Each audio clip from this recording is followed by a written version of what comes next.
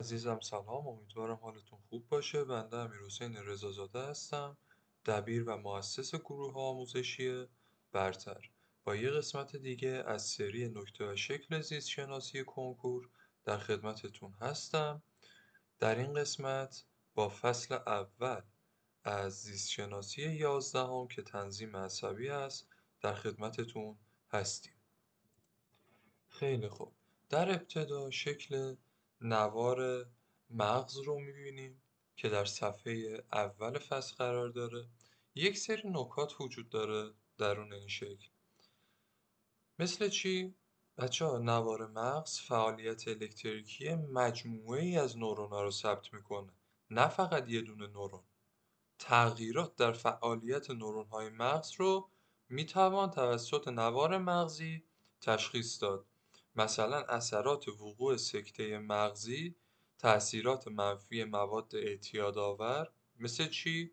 الکل یا بعضی از آلکالوئیدها و بروز بیماری‌های مثل MS و فنیلکتونوری رو با نوار مغزی میتوان تشخیص داد. در ثبت نوار مغز همزمان چند نمودار ثبت میشه که هر کدوم الگوی متفاوتی نسبت به سایرین دارن.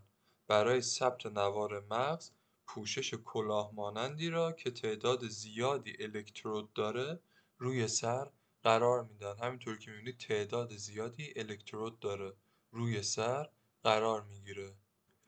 بچه‌ها، این شکلی چند تا نکته ترکیبی داره که الان خدمتتون عرض میکنم. نکته اول، ایجاد دستگاه‌های ثبت کننده نوار قلب و نوار مغز حاصل نگرش بین رشته‌ای در زیست شناسیه که ترکیبی با فصل اول زیست دهم هستش. نکته بعدی، یافته‌های ماهیچه قلبی در هنگام چرخه ضربان قلب فعالیت الکتریکی نشون میدن. جریان الکتریکی حاصل از فعالیت قلب رو میتوان در سطح پوست دریافت کرد و به صورت نوار قلب ثبت کرد. این هم ترکیبی با فصل 4 زیستشناسی دهم هستش.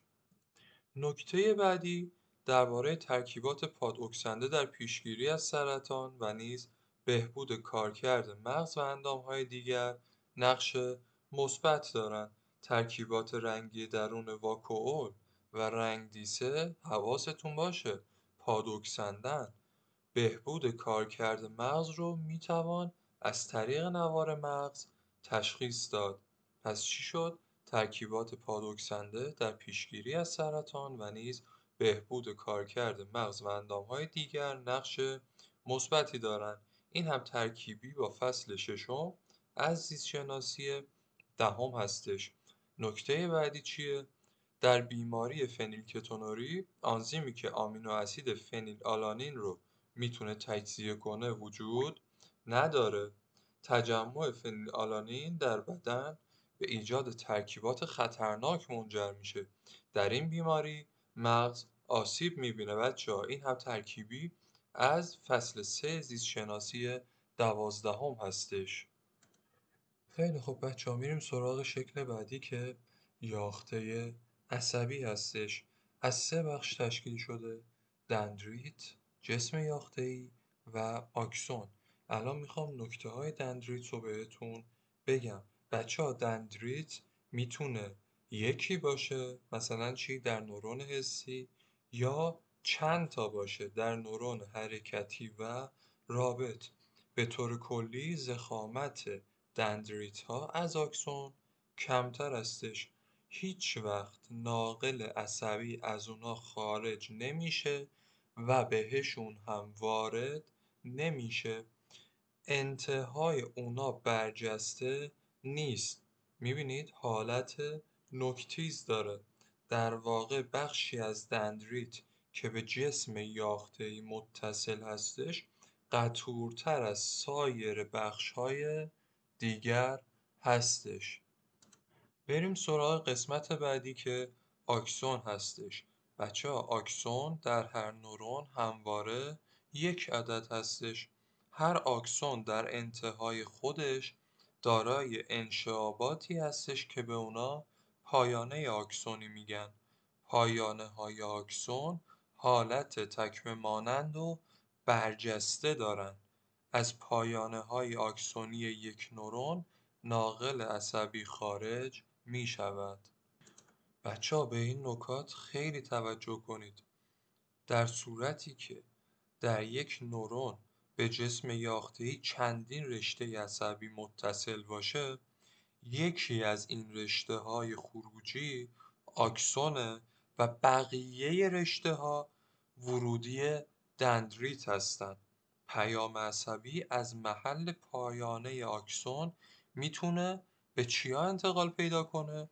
میتونه به یه یاخته عصبی دیگه یا یافته‌های ماهیچه‌ای یا به غدد انتقال پیدا کنه. در پایانه‌های آکسون میتوکندری‌های زیادی برای تأمین انرژی لازم برای انتقال پیام عصبی وجود دارند. بچه‌ها یه نکته ترکیبی با فصل 2 زیستشناسی 11 بهتون بگم. عصب بینایی، شنوایی و عصب تعادلی از اجتماع رشته‌های آکسون ایجاد میشن. حواستون به این موضوع باشه. خیلی خوب بچه ها، میریم سراغ بخش بعدی که جسم یافته‌ای هستش. بیشتر ماده ژنتیک یاخته عصبی درون هسته و در جسم یافته‌ای قرار گرفته.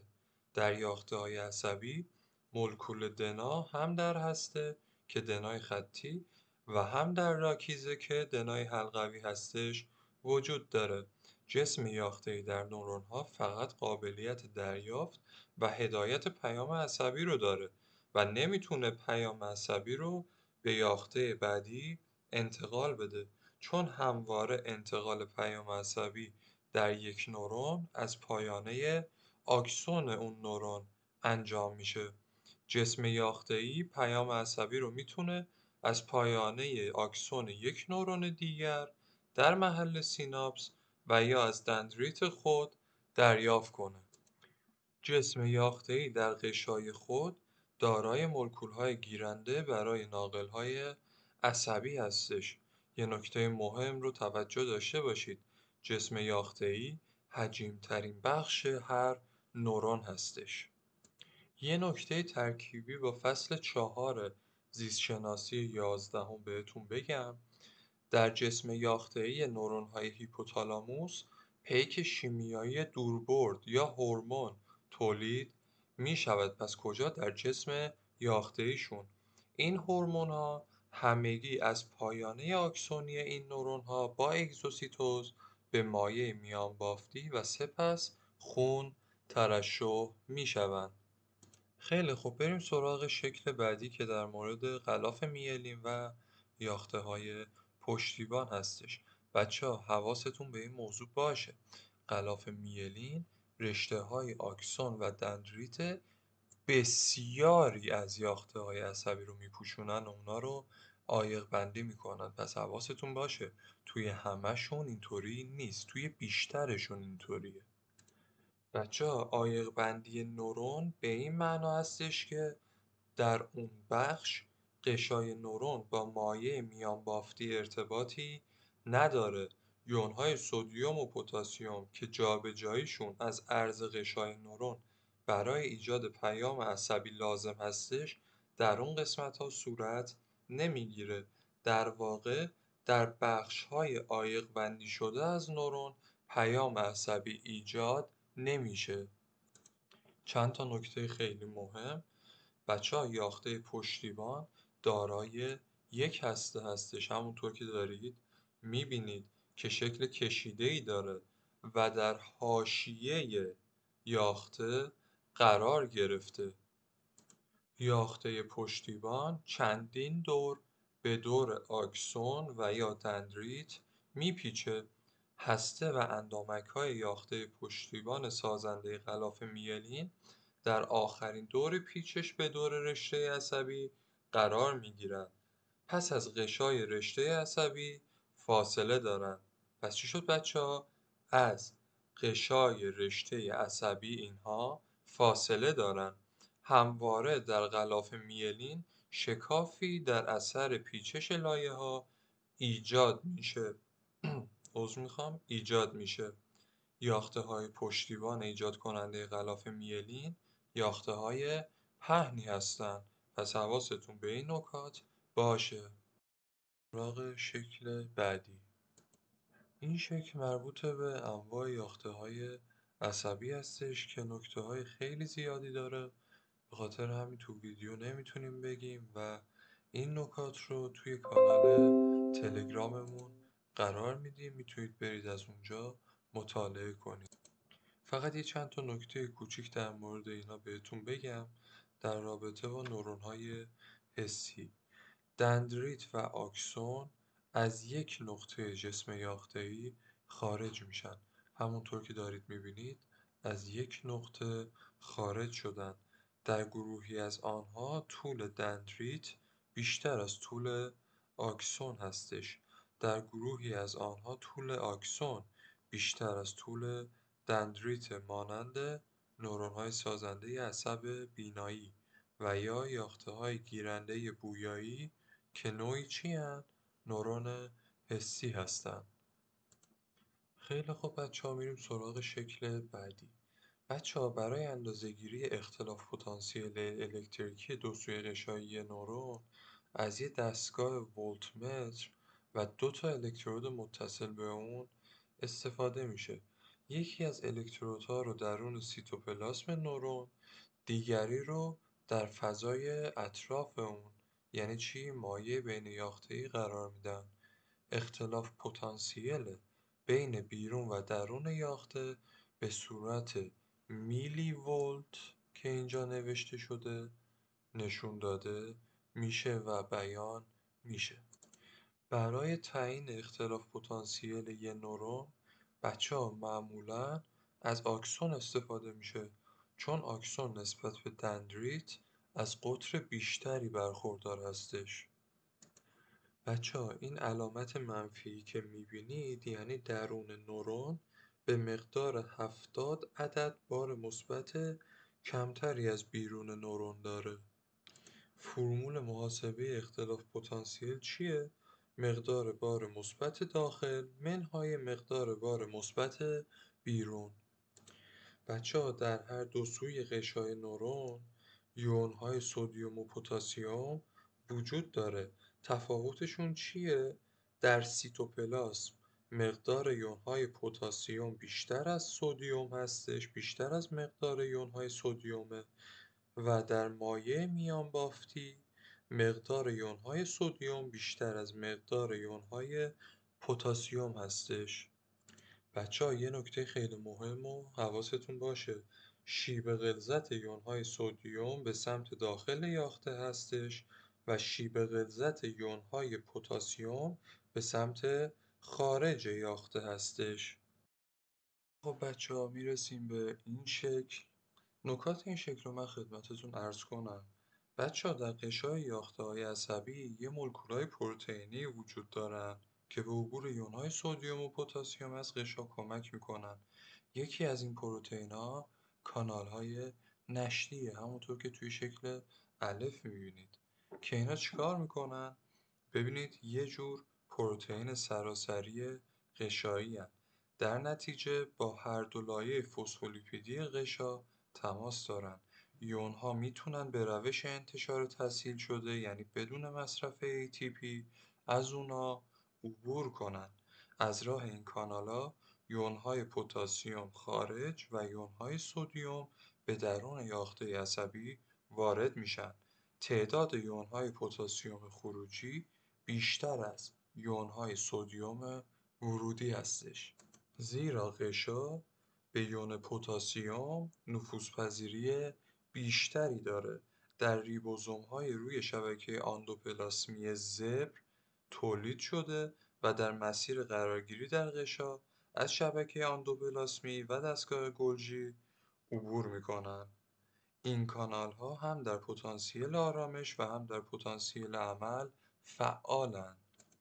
عملکرد این کانال‌ها منجر به کاهش میزان بار مثبت سیتوپلاسم نسبت به مایع میان بافتی می‌شود.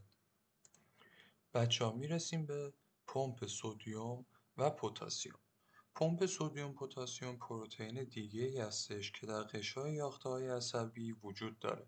در ارتباط با این پمپ میتونیم بگیم که نوعی پروتئین سراسری غشاییه، یعنی با هر دو لایه فسفولیپیدی غشا تماس داره. در هر بار فعالیت این 3 یون سدیم از یافته عصبی خارج میشه و 2 یون پتاسیم وارد میشه. در نتیجه فعالیت آن ببینید چی میشه؟ نتیجه فعالیتش منجر به کاهش تعداد بار مثبت سیتوپلاسم نسبت به مایع میان بافتی میشه. یون‌های سدیم و پتاسیم با انتقال فعال از طریق این پروتئین غشایی از عرض غشا عبور میکنن. برای جابجا کردن یون‌های سدیم و پتاسیم از انرژی ATP استفاده میشه. در نتیجه با فعالیت آن میزان فسفات آزاد داخل سیتوپلاسم زیاد میشه. علاوه بر نقش در انتقال مواد از عرض غشای یاخته، چیان اینا؟ نقش آنزیمی هم دارن. در واقع این پمپ یه نوع آنزیم غشایی محسوب میشه. در هر بار فعالیت این پمپ ابتدا یون‌های سدیم رو به بیرون از یاخته انتقال میدن، سپس یون‌های پتاسیم رو به داخل یاخته وارد میکنن. جایگاه‌های یون پتاسیم نسبت به جایگاه‌های یون سدیم بزرگتره، ولی تعداد کمتری دارن. میریم سراغ نکات خیلی مهم این شکل. بچه‌ها، در زمان متصل شدن یون‌های سدیم به پمپ سدیم پتاسیم، دهانه این پمپ به سمت سیتوپلاسم قرار داره و ATP هنوز تجزیه نشده. در زمان اتصال یون‌های پتاسیم به پمپ سدیم پتاسیم، دهانه این پمپ به سمت مایع میان بافتی قرار داشته و ATP تجزیه می شود. مراحل فعالیت پمپ سدیم پتاسیم بچه چجوریه؟ اول میاد چی میشه؟ دهانه پمپ به سمت سیتوپلاسم 3 تا یون سدیم بهش وارد میشه. مرحله دوم چیه؟ مولکول ATP به پمپ متصل میشه، توسط اون به یون فسفات و ADP تجزیه میشه. یون فسفات به پمپ متصل باقی میمونه ولی ADP از اون جدا میشه، پس فسفات به پمپ متصل باقی میمونه، ADP هم جدا میشه. پمپ تغییر شکل میده، دهانه آن رو به مایع میان بافتی قرار میگیره تا یون‌های سدیم از اون خارج بشن و وارد مایع میان بافتی بشن. مرحله بعدی چیه؟ یون‌های پتاسیم به جایگاه‌های خود در پمپ سدیم پتاسیم وارد میشن. مرحله پنجم، یون فسفات از جایگاه ویژه خود در پمپ خارج میشه و مرحله آخر، پمپ تغییر شکل میده، دهانه آن رو به سیتوپلاسم قرار میگیره تا یون‌های پتاسیم از اون خارج بشن و وارد سیتوپلاسم بشن. بچه‌ها، نکات این 4 تا شکل که خیلی خیلی مهمن و همیشه هر سال توی کنکور ازشون به شکل‌های مختلف سوال اومده رو داخل کانال تلگراممون قرار میدیم. حتما برید اونجا و اونا رو مطالعه کنید. لینک کانال رو داخل کپشن میذارم براتون. خیلی خوب، میرسیم به شکل هدایت پیام عصبی. بچه‌ها، این شکل در ارتباط با هدایت پیام عصبی در طول یک رشته عصبی بدون میلین هستش.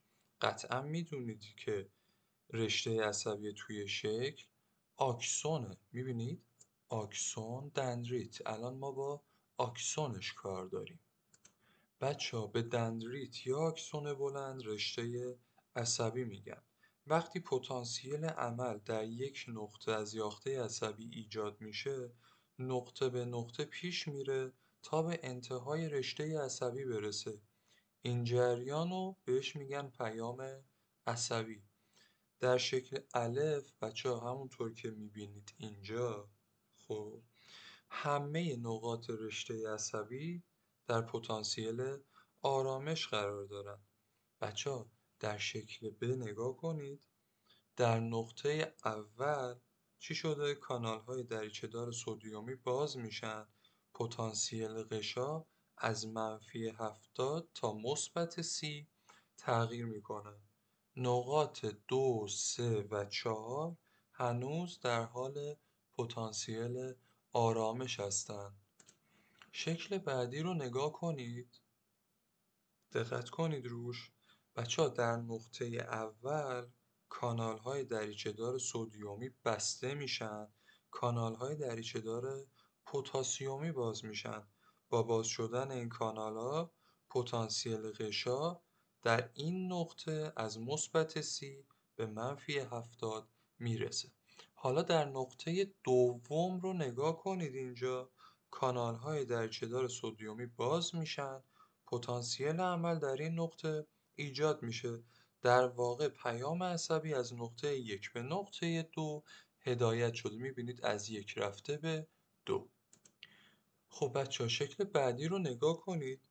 در نقطه 1 با بسته شدن کانال‌های دریچه‌دار پتاسیمی پتانسیل آرامش برقرار میشه و با فعالیت بیشتر پمپ سدیم پتاسیم حالت آرامش هم برقرار میشه. در نقطه 2 رو نگاه کنید بچه‌ها. کانال‌های دریچه‌دار سدیمی بستن، کانال‌های دریچه‌دار پتاسیمی بازن. با باز شدن این کانال‌ها پتانسیل غشا در این نقطه از -30 به -70 میرسه. در نقطه 3 و بچه‌ها نگاه کنید. کانال‌های دریچه‌دار سدیمی باز میشن، پتانسیل عمل در این نقطه ایجاد میشه. در واقع پیام عصبی از نقطه 2 به نقطه 3 منتقل و بهتره بگیم هدایت میشه. خیلی خوب، بریم یه چند تا نکته خفن بگیم بهتون. بچه‌ها هدایت پیام عصبی در طول یک نورون به صورت یک طرفه هستش. حواستون باشه. یعنی چی؟ یعنی از دندریت میره به جسم یافته‌ای و از جسم یافته‌ای هم میره به آکسون. فقط یک طرفه هستش. در طول یک رشته عصبی میتوان باز بودن هر دو نوع کانال دریچه‌دار رو مشاهده کرد. مثلا بیاید تو این شکل نگاه کنید. خب شکل سومی در نقطه اولش که اینجا هستش چی شده؟ کانال های دریچه‌دار پتاسیمی بازه و در نقطه دوم چی؟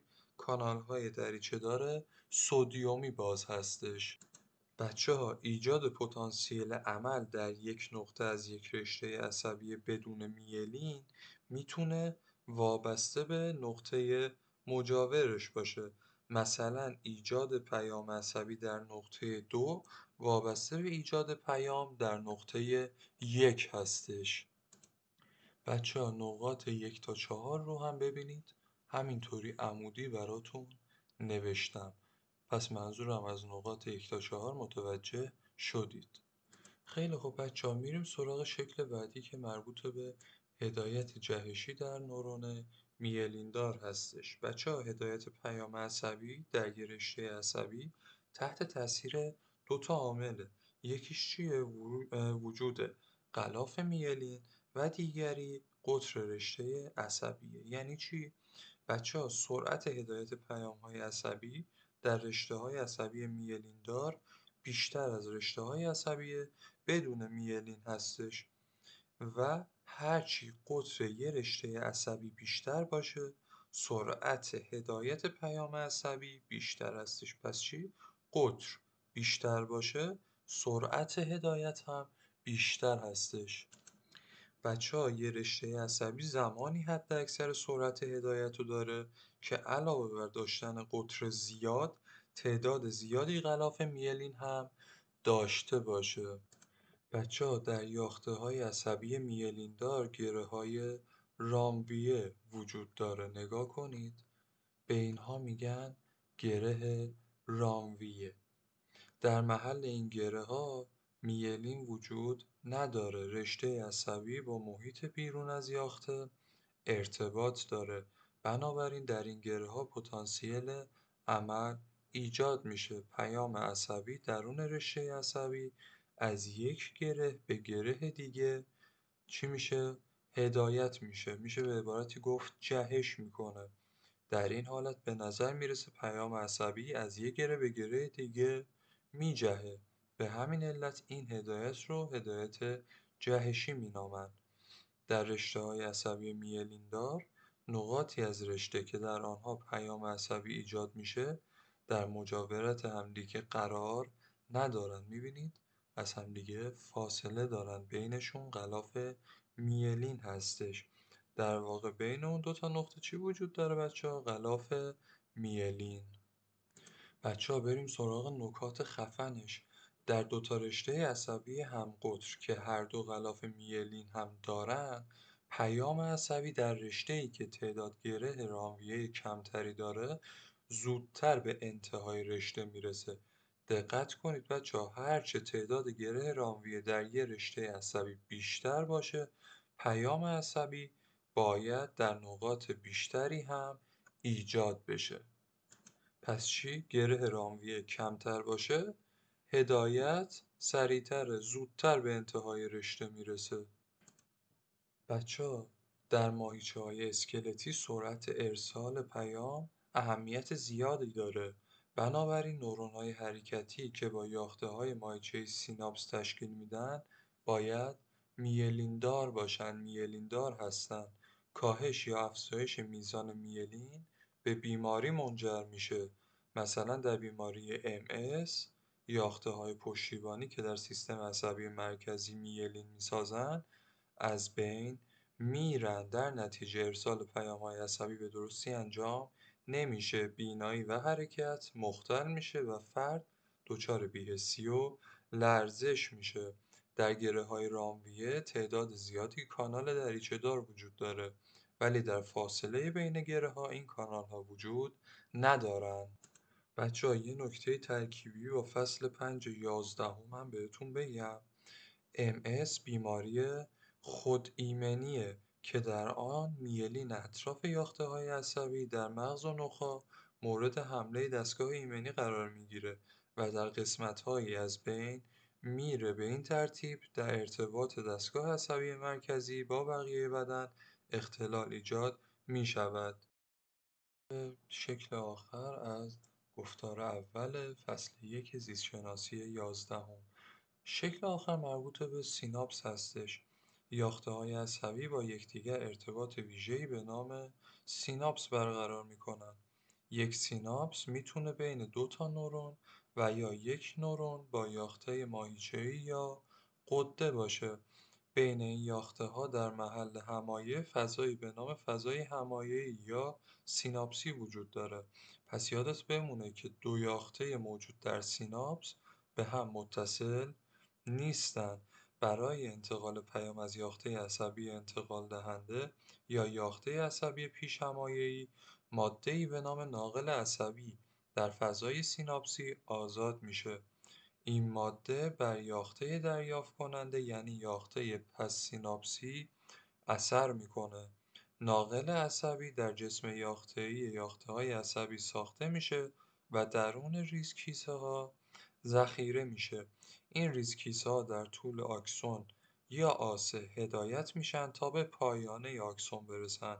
وقتی پیام عصبی به پایانه آکسون میرسه، این ریزکیسه ها با برونرانی ناقل را در فضای همایه آزاد میکنند. گیرنده ناقل عصبی نوعی پروتئین غشاییه. این پروتئین همچنین کانالیه که با اتصال ناقل عصبی به اون باز میشه. به این ترتیب ناقل عصبی با تغییر نفوذپذیری غشای یاخته پس همایه‌ای یا سیناپسی بیونها پتانسیل الکتریکی این غشا رو بچه‌ها تغییر میده. بر اساس اینکه ناقل عصبی تحریک کننده یا بازدارنده باشه، چی میشه بچه‌ها؟ یاخته پس همایه‌ای تحریک یا فعالیت اون مهار میشه. ناقل عصبی با اگزوسیتوز از یاخته پیش سیناپسی خارج میشه. پس ضمن خارج شدن ناقل عصبی در یاخته پیش سیناپسی مساحت غشا و مصرف ATP هم افزایش پیدا میکنه. بچه‌ها دو تا تله تستی مهم بهتون بگم. ناقل عصبی وارد فضای سیناپسی میشه، نریز کیسه های حاوی ناقل عصبی ها. چی وارد میشه؟ ناقل عصبی وارد فضای سیناپسی میشه، نه ریز کیسه های حاوی ناقل عصبی. نکته بعدی، ناقل عصبی وارد یاخته پس سیناپسی نمیشه. بچه‌ها نکته دیگه چی هستش؟ ناقل عصبی همونطور که توی شکل میبینید از یون‌های سدیم بزرگتر هستش. هر پروتئین گیرنده به دو مولکول ناقل عصبی متصل میشه همونطور که میبینید. پس ناقل‌های عصبی بزرگتر از یون‌های سدیم‌اند. بچه‌ها مرحله بعدی، پس از انتقال پیام مولکول‌های ناقل باقی مانده باید از فضای سیناپسی تخلیه بشن تا از انتقال بیش از حد پیام جلوگیری بشه، امکان انتقال پیام عصبی جدید فراهم بشه یا پیام‌های جدید فراهم بشه. این کار با جذب دوباره ناقل به یاخته پیش سیناپسی انجام میشه. همچنین آنزیم‌های ناقل عصبی رو تجزیه میکنن و مرحله آخر، تغییر در میزان طبیعی ناقل‌های عصبی از دلایل بیماری و اختلال در کار دستگاه عصبی هستش. بچه‌ها یه نکته رو حواستون باشه، ممکن نیست که سیناپس نورون به ماهیچه و غده از نوع مهاری باشه. پس چی ممکن نیست؟ خیلی خوب بچه‌ها، به پایان گفتار یک از فصل اول زیستشناسی 11 رسیدیم. خیلی ممنونم که تا پایان آموزش همراه ما بودید. نکات باقی مانده‌ای که در وسط ویدیو عرض کردم در کانال قرار میدیم رو روز آینده و فردای روزی که ویدیو آپلود شد روی کانال قرار میدیم.